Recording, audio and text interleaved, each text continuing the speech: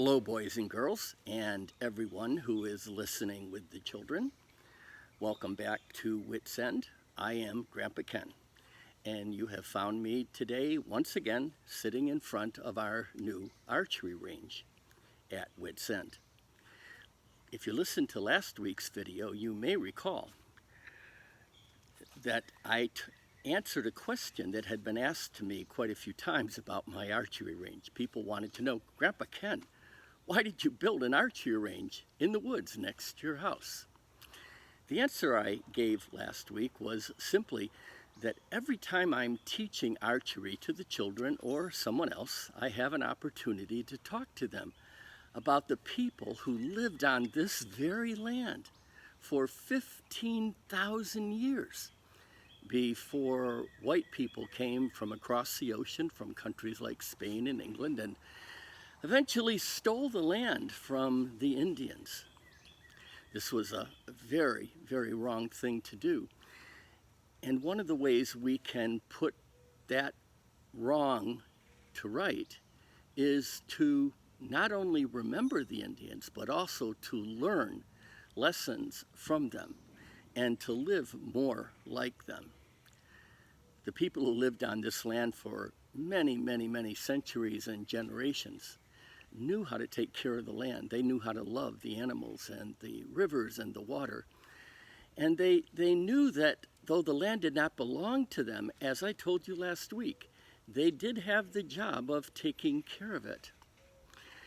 One of the lessons that Native Americans can teach us, and it's the one I want to talk to you about today, is that they knew something that most people today have forgotten.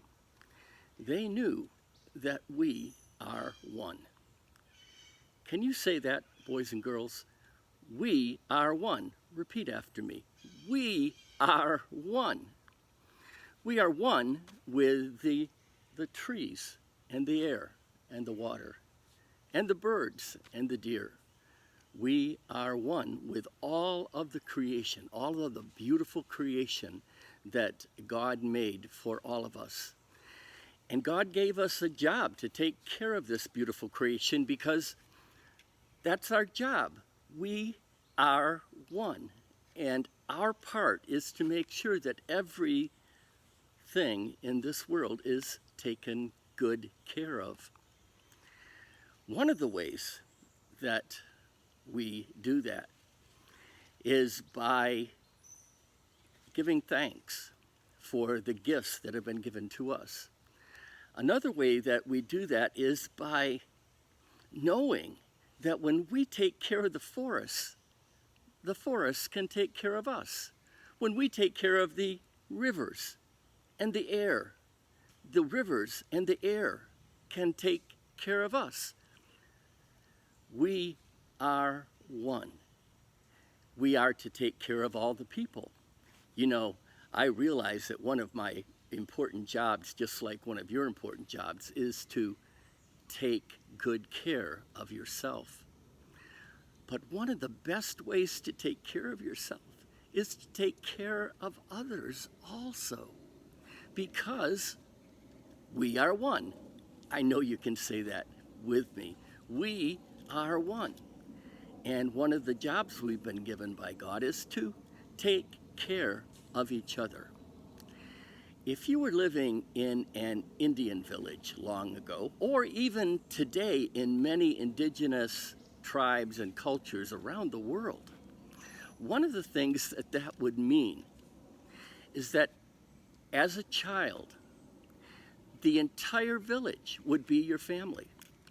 And if your mom died or your dad died, you would never be alone. You would never be abandoned. Someone else would become your father and your mother, someone who already loved you. And that's a really good way to live in this world.